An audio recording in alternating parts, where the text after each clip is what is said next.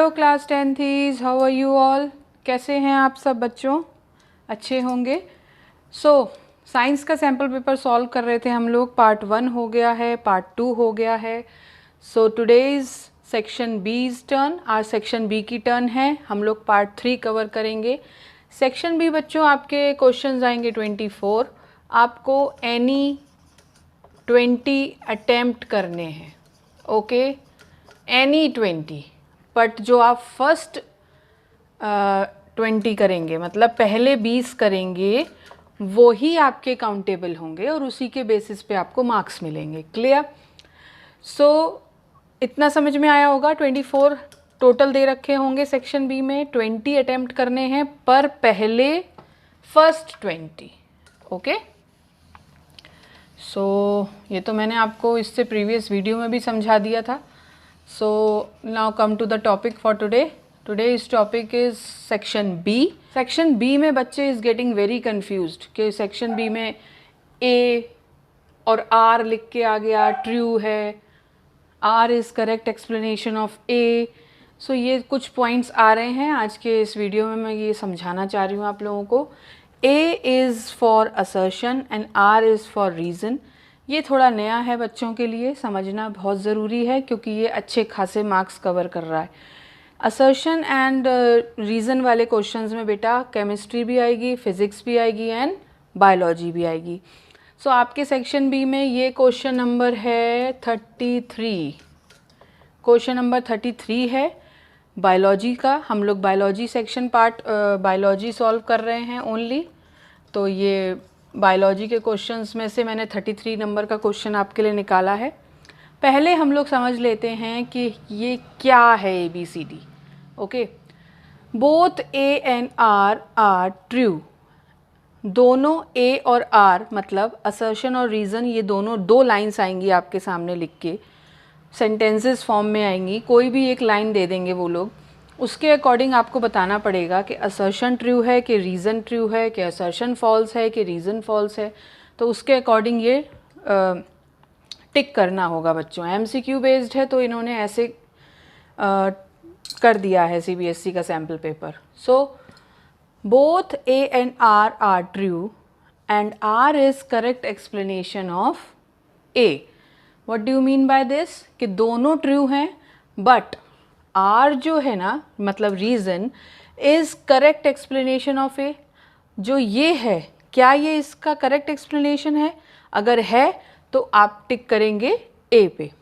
Now the B, both A and R are true. दोनों true हैं but R is not correct explanation of A। ये दोनों सही हैं अपनी अपनी जगह, बट R जो है, रीज़न जो है, असर्शन का करेक्ट एक्सप्लेनेशन नहीं है। मतलब ये इसके अकॉर्डिंग नहीं बनाया गया है। ये दोनों लाइन अपनी अपनी जगह सही हैं, ठीक है ना, लेकिन ये इसके अकॉर्डिंग असर्शन नहीं है। ऑप्शन में क्या है? A मतलब असर्शन इज ट्रू, असर्शन ठीक होगा but R is false, reason false होगा। D option is A is false but R is true. इसका जस्ट अपोजिट, A जो हो जाएगा वो फॉल्स हो जाएगा बच्चों, बट रीज़न जो है वो ट्रू होगा। इन दोनों को एक दूसरे के अकॉर्डिंग आंसर देखना है हम लोगों को कि क्या निकलेगा। या तो ये सही है या ये सही है या ये दोनों सही हैं, तो इसका एक्सप्लेनेशन इसके अकॉर्डिंग नहीं है असर्शन के। चलो हम लोग क्वेश्चन नंबर 33 देख लेते हैं। असर्शन क्या दे रखा है हम लोगों को? Resins and gums are stored in old xylem tissue in plants. Old xylem tissue में रेजिन्स एंड गम्स स्टोर्ड रहते हैं। Is it true? Yes, assertion हमारा बिल्कुल सही है। रीज़न देख लेते हैं। Resins and gums facilitate transport of water molecules. No, this is incorrect. Why? Because they are the waste products. They do not facilitate of water. They do not facilitate transport of water molecules. They are the waste products. Okay? हमारा assertion true है, reason false है, तो हम लोग किसके option पे जाएंगे? ABCD, जल्दी से बताइए। assertion हमारा ठीक है बट हमारा reason क्या है? false है। C option is correct. Answer C। Okay ऐसे ही करना है इनको, आप लोगों को इस टाइप से फॉलो करना है और ऐसे ही आप केमिस्ट्री के कर सकते हैं एंड फिजिक्स के भी कर सकते हैं. So the next question is question number 36. In which of the following group of organisms blood flow, question पढ़ लेते हैं हम लोग. In which of the following group of organism blood flows through the heart only once during one cycle of passage through the body? Okay. मतलब की है कि सीधे सीधे पूछ रहा है single circulation. Okay single circulation पूछ रहा है कि कौन से group of animal single circulation follow करते हैं. ठीक है हम लोग देख लेते हैं. Rabbit, parrot, turtle, no. Frog, crocodile, pigeon, no. Whale, labeo, penguin, no. Fish हमें मालूम है बच्चों कि फिश फॉलो करती है सिंगल सर्कुलेशन. ठीक है ना, जैसे कि शार्क हो गई, डॉग फिश हो गई एंड स्टिंगरे हो गई. ऑक्सीजन लेते हैं एंड CO2 बाहर करते हैं. हार्ट में एक बार डीऑक्सीजनेटेड ब्लड आता है. इनके हार्ट को बोलते हैं बच्चों, ये भी बहुत इंपॉर्टेंट है, venous heart. Okay venous heart बोलते हैं फिश के हार्ट को. Okay so take a screenshot fast. Next question. So the next question is question number 37. What is the common between extensive network of blood vessels around walls of alveoli and in glomerulus of nephron? So क्या common चीज़ है दोनों में? किस किस में पूछी गई है बच्चों? एक पूछी गई है एल्वेलाई में और एक पूछी गई है ग्लोमेरुलस में. ठीक है दोनों में क्या कॉमन चीज़ है ये पूछा गया है. ठीक है क्या होगा? A option, thick walled arteries richly supplied with blood. No, thick walled vessel में कभी भी रिच सप्लाई नहीं हो सकती. Thin walled veins purely supplied with blood. No, veins में सप्लाई प्रॉपर नहीं हो सकती. Thick walled capillaries poorly supplied with blood. No, ये भी ऑप्शन रॉन्ग है, तीनों रॉन्ग है. Thin walled capillaries richly supplied with blood. Yes, एक तो थिन है, जितनी थिन होगी उतनी सप्लाई ज़्यादा होगी. एंड आपको सबको मालूम है कौन सी ब्लड वेसल्स में सप्लाई होती है? Capillaries. So the answer is D. Okay बच्चों, so the next question is question number 38. Plant use completely different process for excretion as compared to animals. Which one of the following processes is not followed by plants for excretion? इनमें से कौन सा ऐसा process है जो कि plants follow नहीं करते फॉर एक्सक्रीशन? ठीक है ना, नॉट फॉलोड लिखा है, प्लांट्स द्वारा फॉलो नहीं किया जाने वाला ऐसा कौन सा प्रोसेस है? सो देख लेते हैं. they can get rid of excess water by transpiration. ये तो बहुत ज़्यादा ही ट्रू है. they selectively filter toxic substance through their leaves. no, leaves ये नहीं होता है, लीव्स में ये होता ही नहीं है. वो कहाँ से फिल्टर करेंगे toxic substance? No, I think answer is B. आगे देख लेते हैं. Waste products are stored as resins and gums in old xylem. ये तो अभी हम इससे प्रीवियस क्वेश्चन में कर चुके हैं. ये स्टेटमेंट भी बिल्कुल सही है. They excrete waste substances into the soil around them. ये भी बिल्कुल सही है. So the answer is B. B option is correct. आप लोग बी पे टिक करेंगे. Okay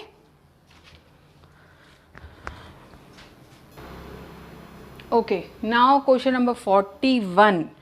In which of the following group of organisms food material is broken down outside the body and then absorbed in?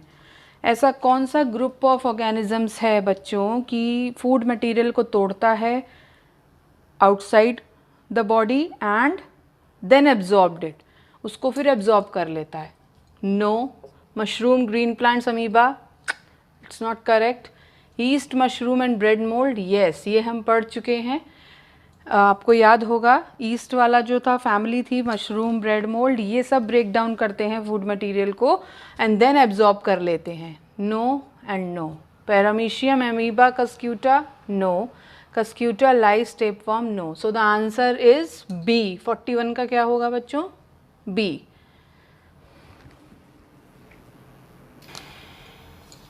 So the question number 42 is, now the next question 42, in a person the tubule part of the nephron is not functioning well, what will its effect on urine formation?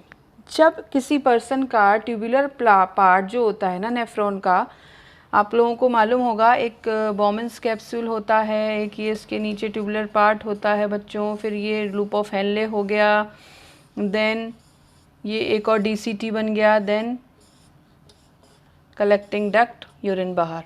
ये हो गया हमारा बॉमन्स capsule, ये हो गया PCT, ये हो गया DCT और ये हो गया CD यानी कलेक्टिंग डक्ट। क्लियर? शॉर्ट में लिखा है बच्चों, अब ढंग से समझ लीजिए।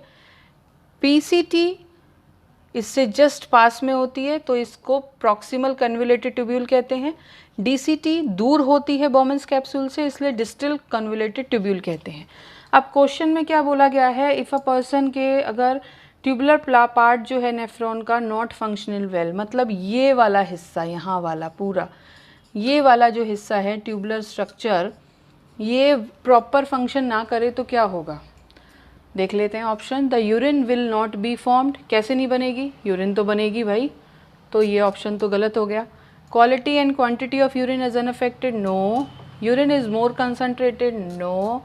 Urine is more diluted, yes, urine is more diluted. अगर ये फंक्शन वेल नहीं करेगा, नेफ्रॉन का अगर ट्यूबुलर पार्ट फंक्शन वेल नहीं करेगा तो क्या होगा, urine is more diluted. So the answer is D.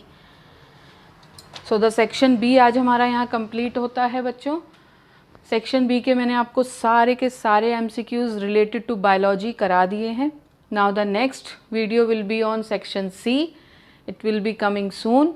सो तब तक के लिए subscribe my channel and videos देखते रहो। सारे के सारे MCQs related to chapter 6, chapter 8 बहुत सारे मैं डाल चुकी हूँ और वो कॉम्पिटिटिव एग्ज़ाम्स में भी आ रहे हैं। So keep watching learning biology. Thank you.